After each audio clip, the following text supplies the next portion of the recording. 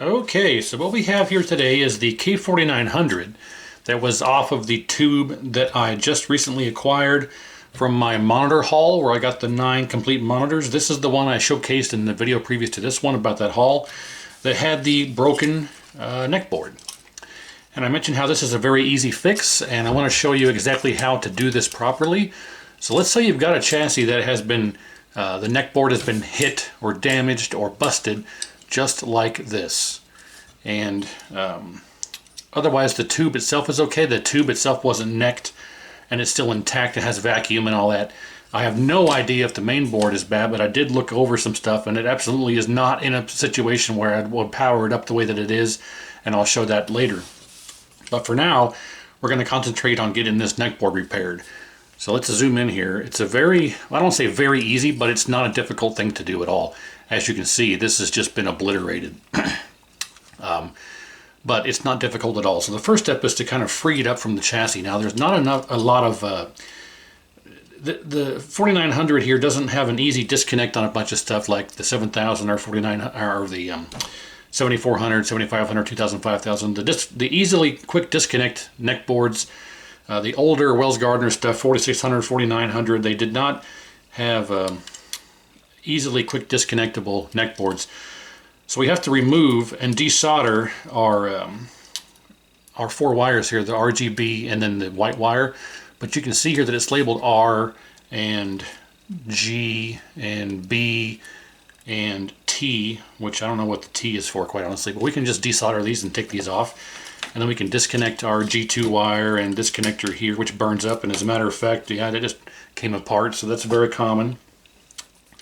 But no big deal. Obviously, you know, it goes on this way.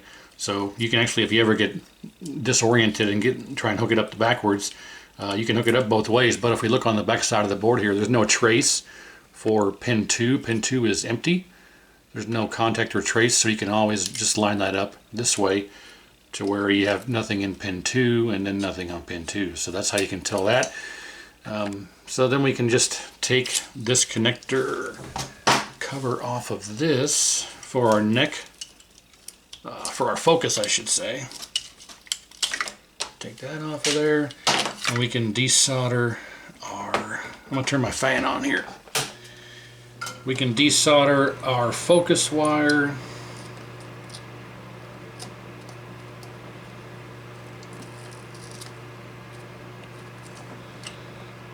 Sometimes not as easy as it's advertised, but it's never that difficult.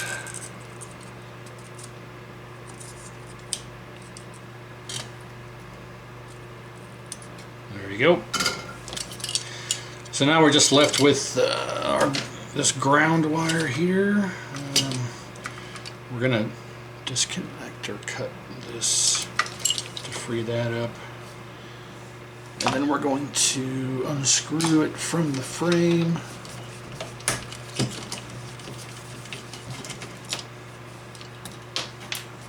Alright. Now all that's left are, let's see, where was T? T is right here. And blue is right here. Red is over here. And green is right here. And now we have an unfettered neck board. So step 1, glue it back together. So obviously you would just take, use a cyanoacrylate or a standard super glue and glue this piece here back together, let it dry, and then we'll glue this piece back together and let it dry. And then we can start fixing the traces. So it should end up something like this. When it's all back together, it should end up something like that. And then we can fix the traces. So let's go ahead and get this going here. I may have to get, no, that's freed up, okay. That may be a bit too much, so let's Clean that up slightly. We don't need a whole lot. There we go. And we'll hold that in place for a moment. I'll probably end up speeding all this up here, so.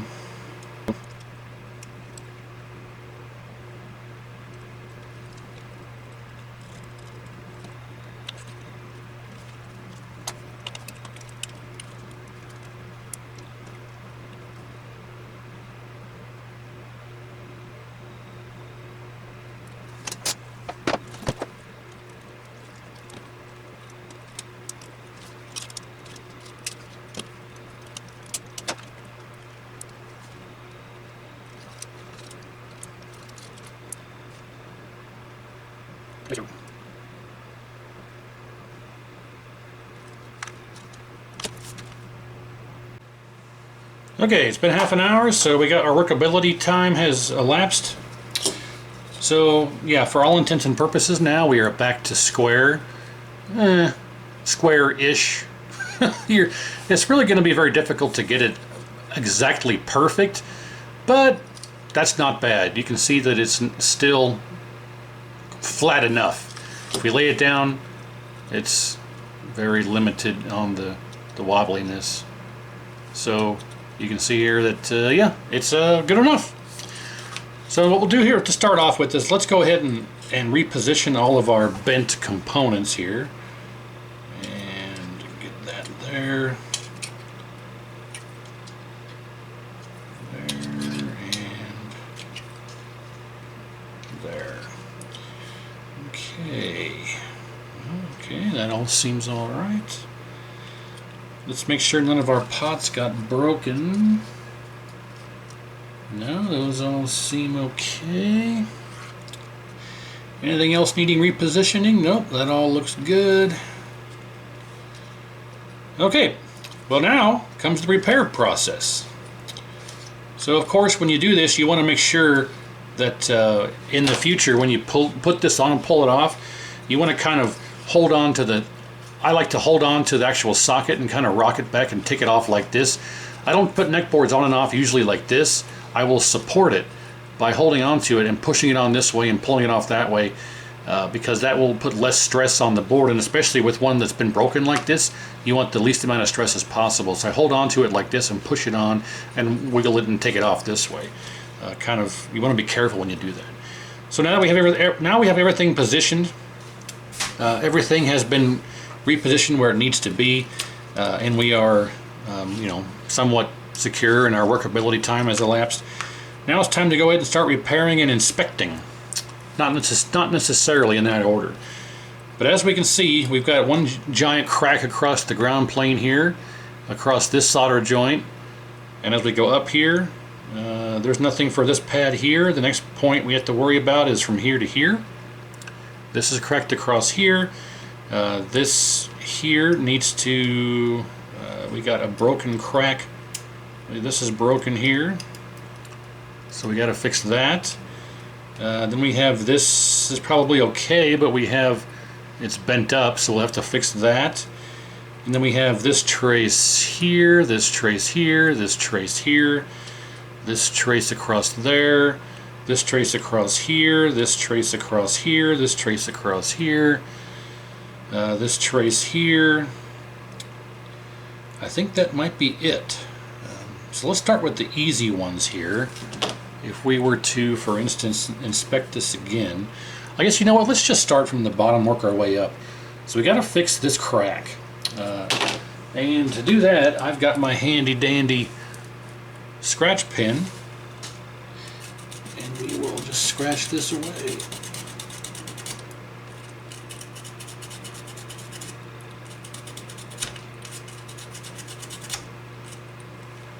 And let's get this out of the way here.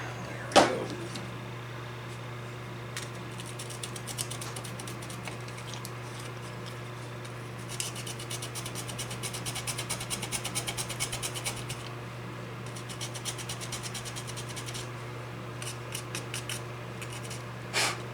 Alright,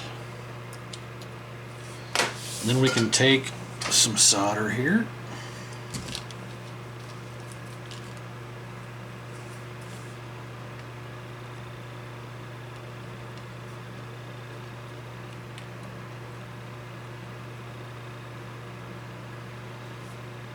reflow this while we're at it. And if you notice some of the eagle-eyed viewers there, you can see that that is completely cracked right there. So we'll hit that as well. It's one of our color resistors, I think. No, that's for our pot here. That was for our pot there. So that actually should take care of that, and I don't think I'll be able to create a bridge across here. I can. Look at that. Well, there you go. So I think that will do just fine for that. So that's all reconnected here. We shouldn't have any issues. So all of this is now connected over to here. This right here doesn't matter. From there to there. Because this whole plane is now connected to over here. This resistor jumps across. So that fixes that portion of our problem. If we follow this up here, now this has no connection to anything, so we don't got to worry about that. Follow this up. Our next spot is across here. Right here. So that shouldn't be difficult at all. We can just start reflowing this, create a bridge.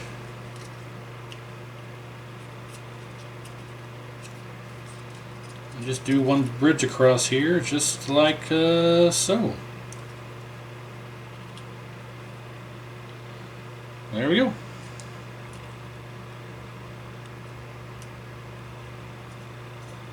A little bit too much there. That's better. Okay. So that fixes that.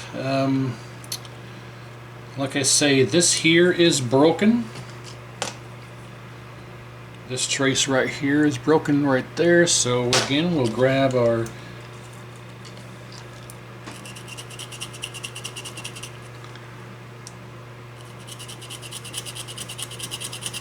scratch pin.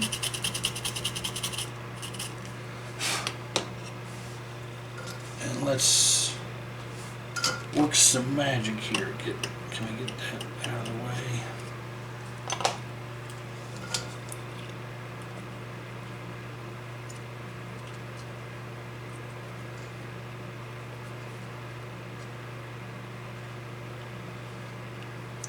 There we go. Alright, so now as you can see there, we are jumpered across over from across our broken pad off to the trace here, so we're good on that. So that fixed that. The next step here is to simply jumper this over to here. There you go, quick and easy, that fixes that. The next step are 1, 2, 3 traces here. This doesn't have a connection across. This is two separate things here. So 1, 2, 3, 4, 5, 6, 7, 8, 9. That should be it. Alright. Well, let's see if we can work some magic across this.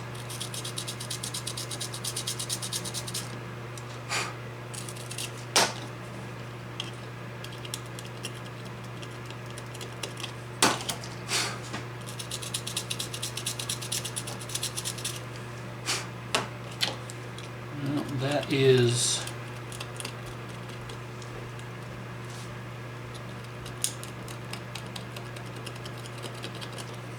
okay. That's exposed now, as you can see.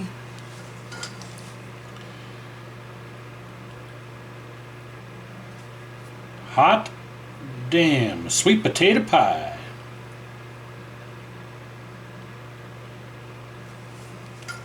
There you go.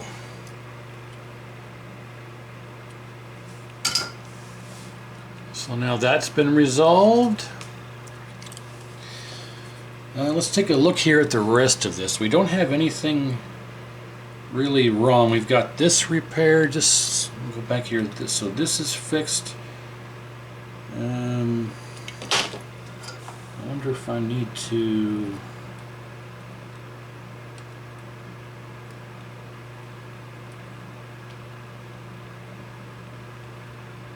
There we go. Okay. So, okay.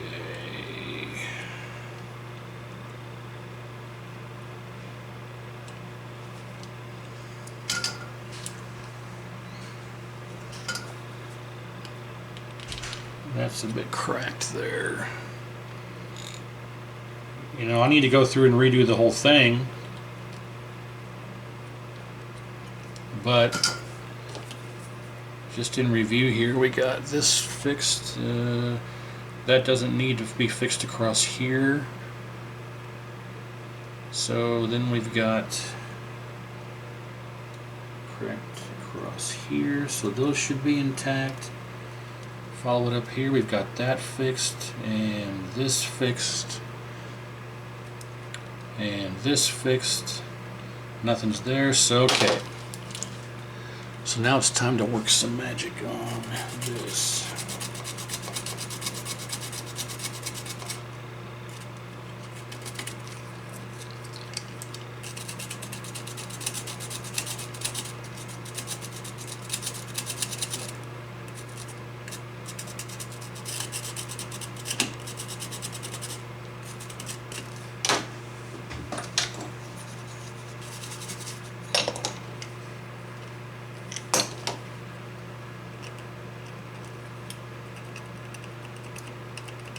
You want to get as close to the crack as possible so you don't have to jump the solder mask or the trace mask there.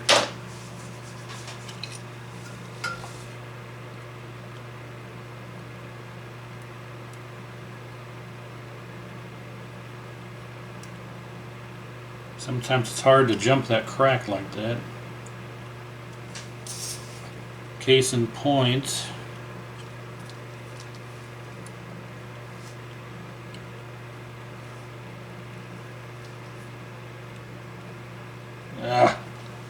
not working so well on that one. Let's try the other one here.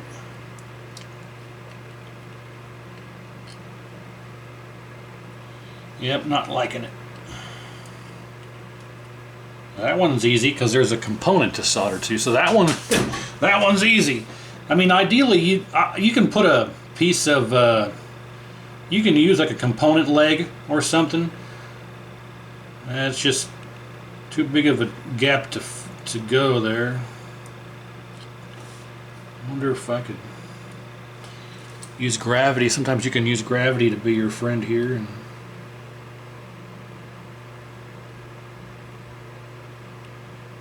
kind of brush it. No, that's not going to work. I'm going to have to use, I was trying to avoid it, but I got to use a component leg because the crack is just too much there.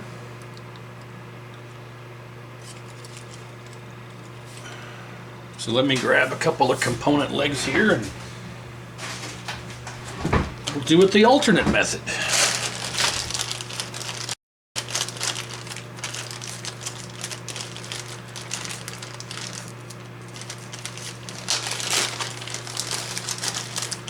Okay.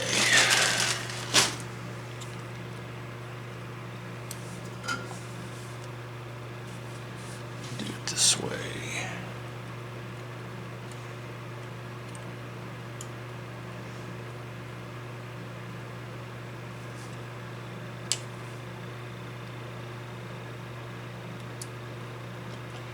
I don't have any.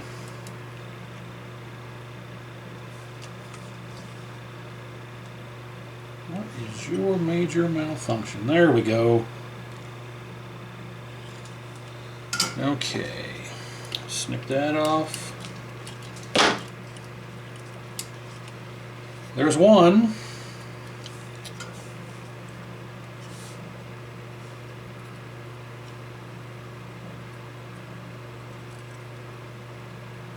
And I think that we're good for number 2.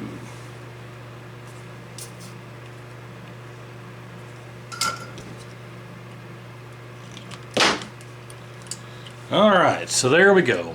Those 3 are now repaired. I didn't want to have to use the component leg, but sometimes you gotta do what's necessary. Clean that up a bit. So there you go. So there's those 3. Nothing's obviously touching. We got good connections there. So let's move on to the next ones over here. We've got this one here, should be fairly easy.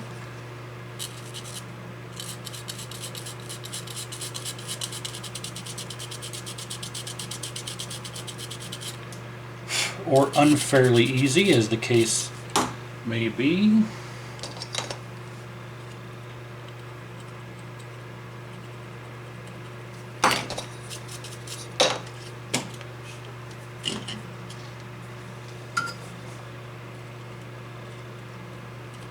These are all one trace, so you can solder these all together like this.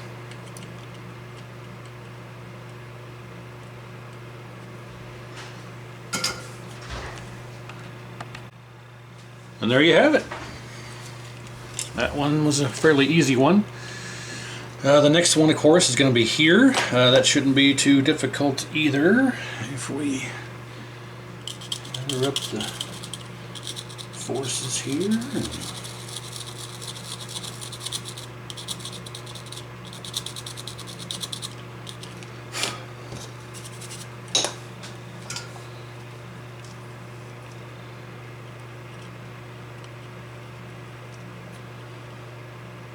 There you go. Just like that. So now we have to deal with, well, actually this may be in the way here.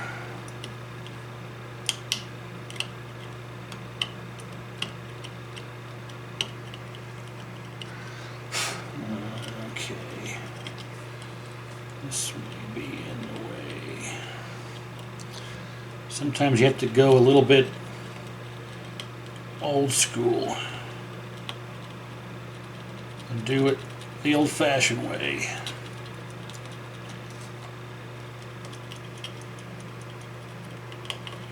I'm probably going to have to use another component leg here for this one, because this is kind of offset here.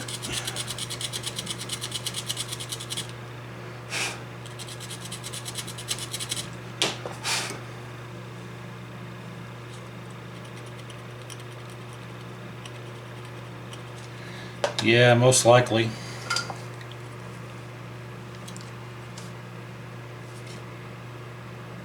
This here, though, I can just solder bridge this one together. There you go. That one's easy. But these here are going to be a bit more difficult.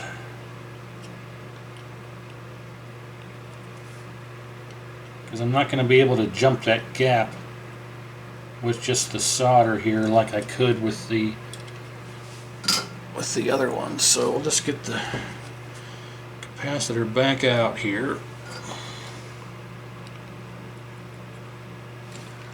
Alright. Let's hit this here. Nice. Set right in place. Clip that off. One more here. Serve your purpose one more time. And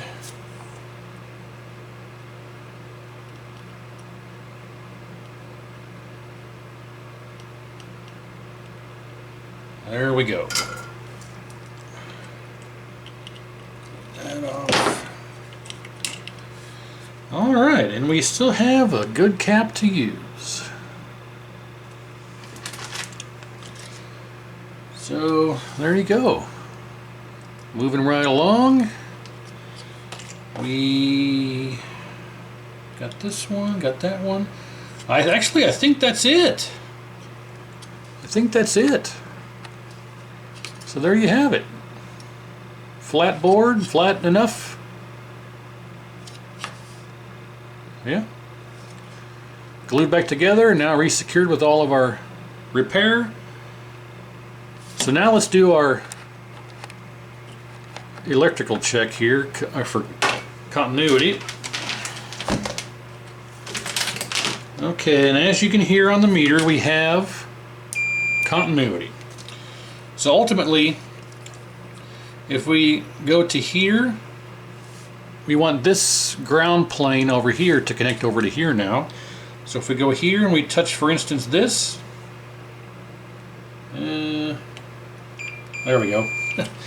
You know what I need to do? I need to reflow all this actually, because this is most of this stuff is oxidized from heat. And let's just hit this up real quick.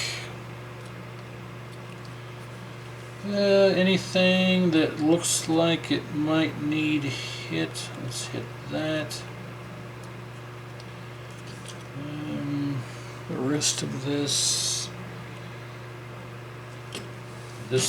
for sure. Oh, that for sure. That. Anything else? This here. We're going to hit this connector that likes to get hot.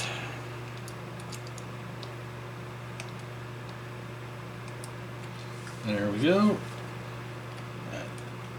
Right there. That's going to get hit with the... When we put our wire back in.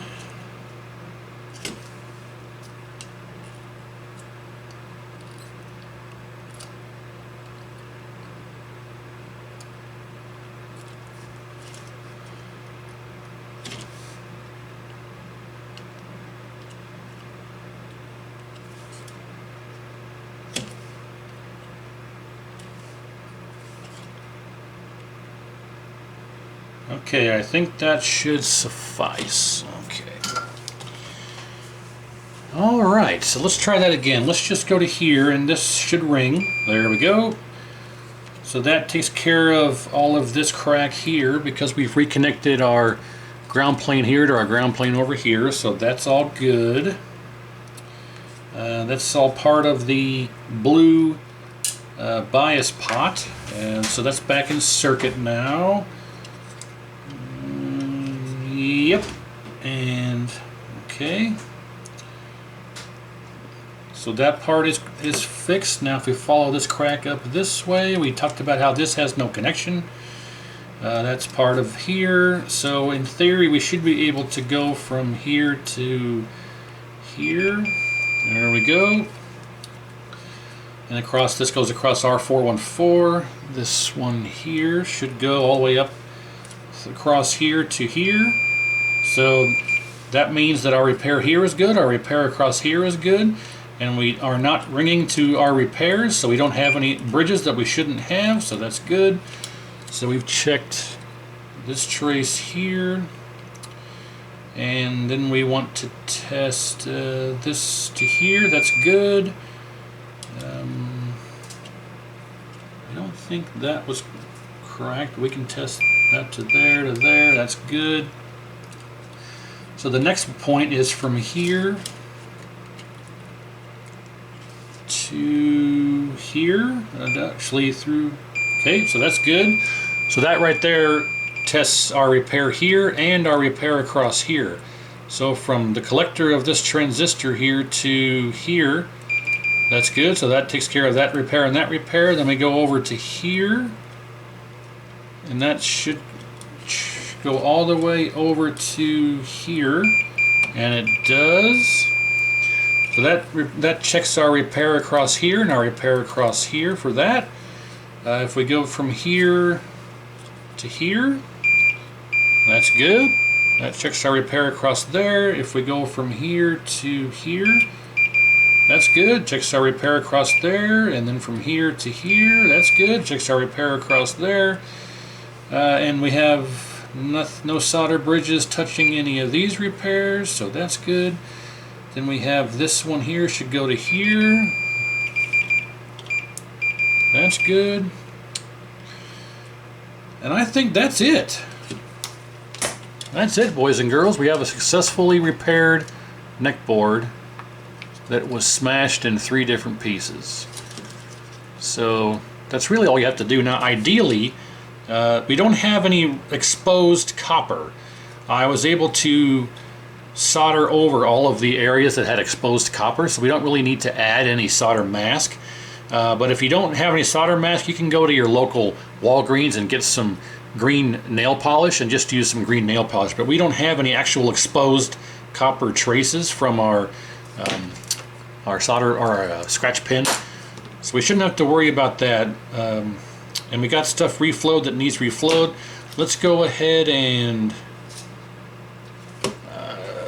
suck up the areas we need to put our wires back into. So we've got this one here. Was one of them. That's opened up. This one here opened up. I think the other one, there was one here. Got that one. And then we need the red, which was here. Okay. Now we're ready to put our wires back in. And you know what we need to do actually first? Clean all this up here. And let's get our brush that used to brush teeth, and this now we're going to use it to clean this up here.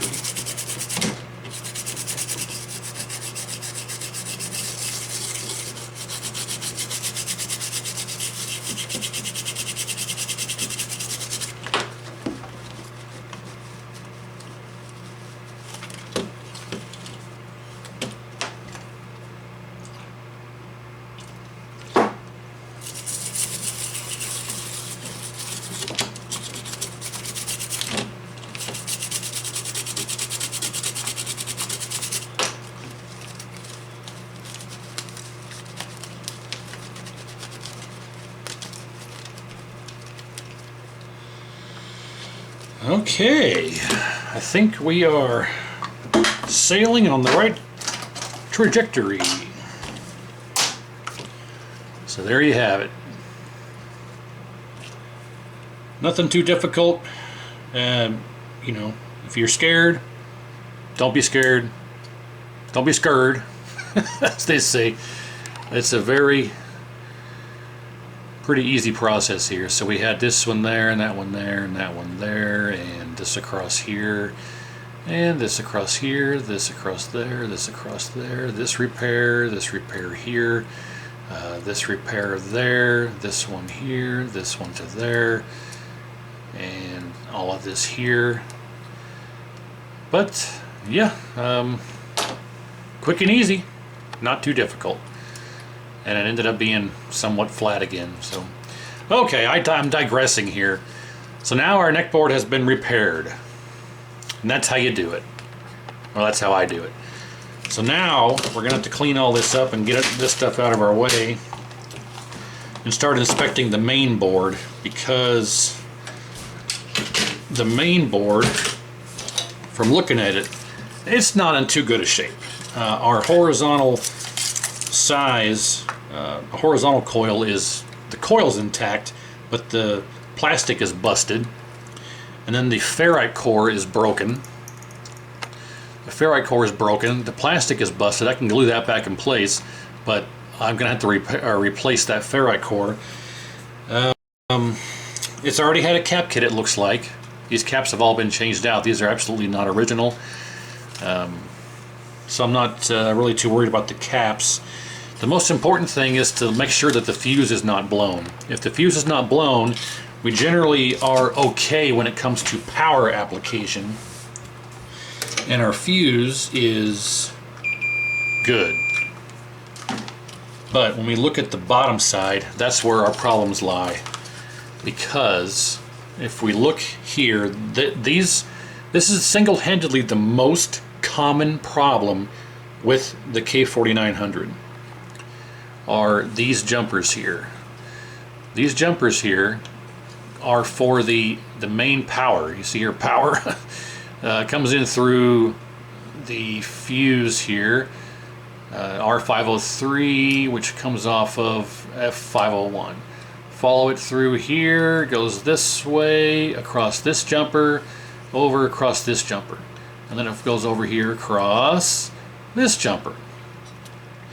And we have issues with our vertical circuit. So I only mention that because these are the first thing you want to inspect. And we can see that this one is not cracked yet, but it's on the way. And we go over to here. It looks like someone's got some type of solder ball stuck to it. So that's no good. But when we go to this resistor here, this resistor there, and we look at these legs here, that's where our problem lies. Because, oh, come on, as close as you get. I don't know. Well, if we look here at this one here is not that bad, but if we look at this one's cracked. There's too much light here shining on it. But yeah, there you go. Now you can see this one's cracked. And a lot of times you have cracks around your vertical output transistors. You'll have cracks around these as well. If you have vertical collapse, the first place to go is check the solder joints on Q303 and Q302, because a lot of times those will crack on you. Same thing, yeah. Check these solder joints because they'll get cracked on you. But our whole vertical circuit here is looking rather haggard. You can see you have a severely oxidized pad there, oxidized pad there, oxidized pad here. This here is cracked around the ring of this one. Yeah, and then we have, now you can really see the crack around this joint here for our 355. That's cracked around there. This one's on its way out. There's some kind of weird thing happening here with this solder ball on there. So those are the first things we want to hit. So let's do that. Let's reflow our jumpers.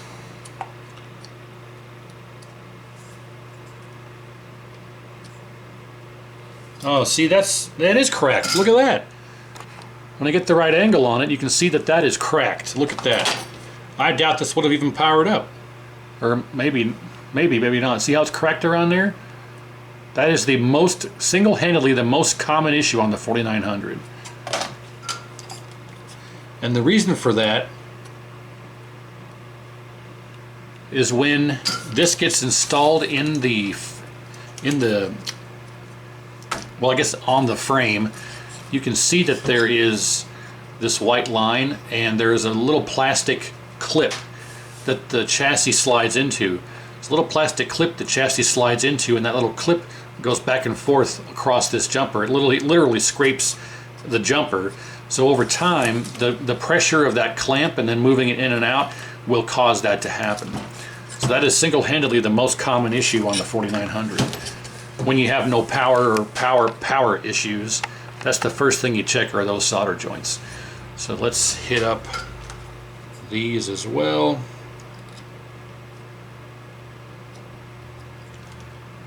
All right.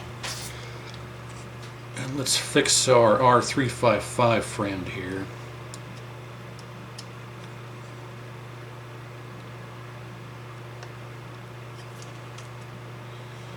And then the rest of this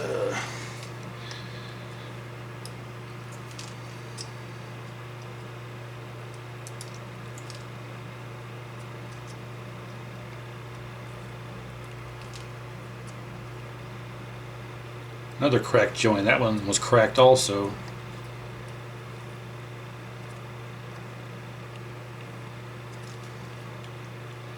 This whole vertical output section here gets real hot, so you have a lot of issues in this corner.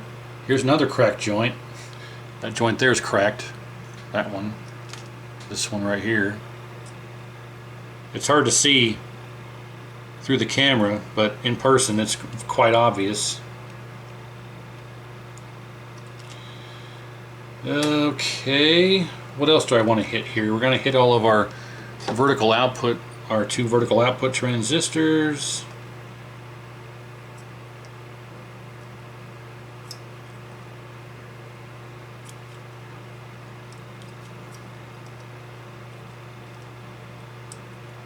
Alright, shouldn't have to worry about those. And let's hit our...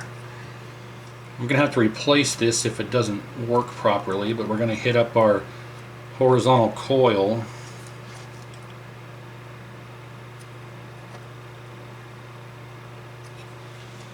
Alright, so let me give this a look over here and see if there's anything else that I need to hit before we even attempt to turn it on. Those are the most common failure points on the circuit that you want to inspect prior to power application. There's a capacitor here that someone changed out that they didn't get filled up properly. Okay. All of the video header pin solder looks pretty good. Don't need to hit that. I think that's probably going to be it.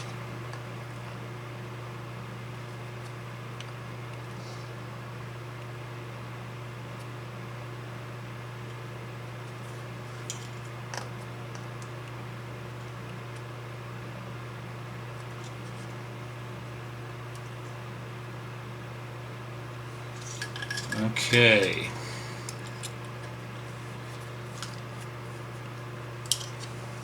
Nothing else is really leaping out at me.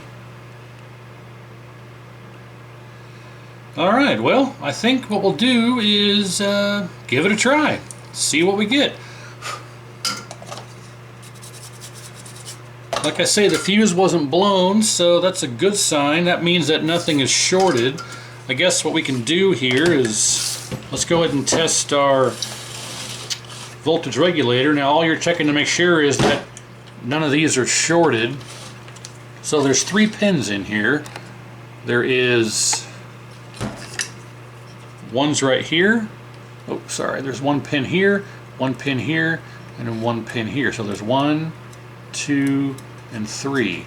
And what you're testing to make sure is that you don't have any of them shorted to the frame.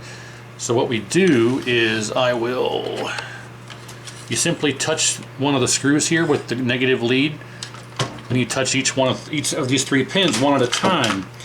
You should get your voltage drop, I think, on 2 of them, or maybe possibly all 3. We're checking to make sure none of them are shorted. So if we just go to, for instance, this pin, that's reading through the resistor. So there's our voltage drop through the resistor. That's correct. And then this one is our 0.5, and go in here, 0.5. So our voltage regulator is good. Let's test our B plus resistor, R503. 144 ohms, that's good. We'll test this resistor here. I think if I recall, it's supposed to be, what was it, 4 ohms or something like that, something close to it.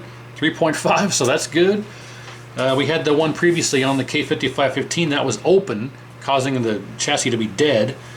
The HOT is like any other HOT. We go to our diode mode and we touch the frame, and we want 0.5 voltage drop to each leg. So if we touch one leg, I round up again, 0.5, this is 0.475, and alright, so HOT is good, voltage regulator is good, fuse is good.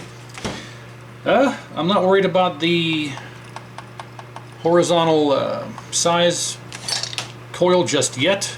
Right now I'm just worried not worried, but right now I'm just wanting to make sure that it turns on and our neck board repair is successful. There's nothing else that needs done to this besides that coil. Because, yeah, like I say, it's already had a cap kit performed on it, or installed. So, let's hook it up to a tube and cross our fingers and see if it works. As I'm saying that, I realize we need to probably hook all this back up here. G2 wire.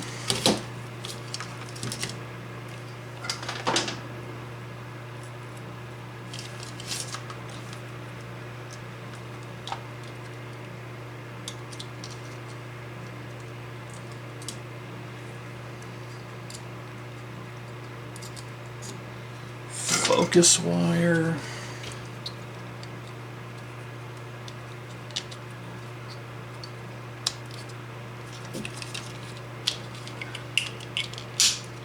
Alright. Okay, we'll plug in our 4-pin connector. Which again, if you get confused, I do believe pin 2 and pin 2, so it goes on like this. There we go. Pin 2 is empty, pin 2 is empty. Let's go with red.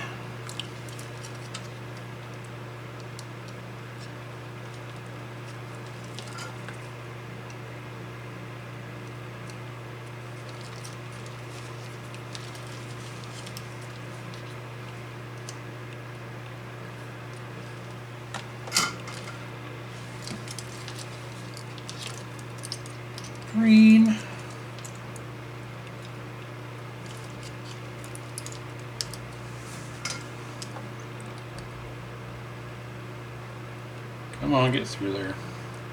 There you go.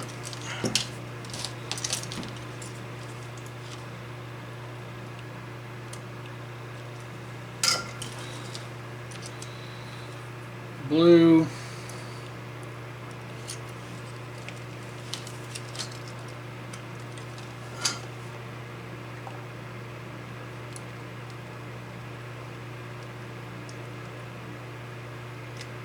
There we go.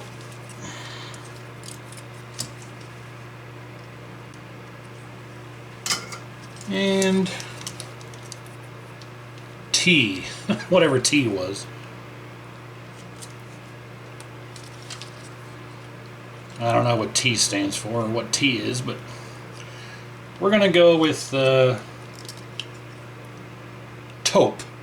That's what color that is. It's taupe.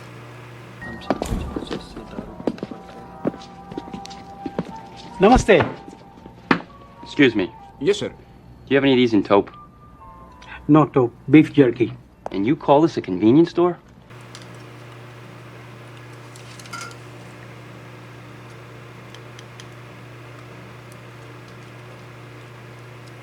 Alright, let's get a little solder on here.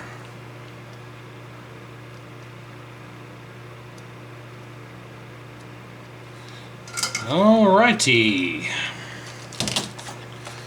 Okay, let's get cleaned up here and see what we get.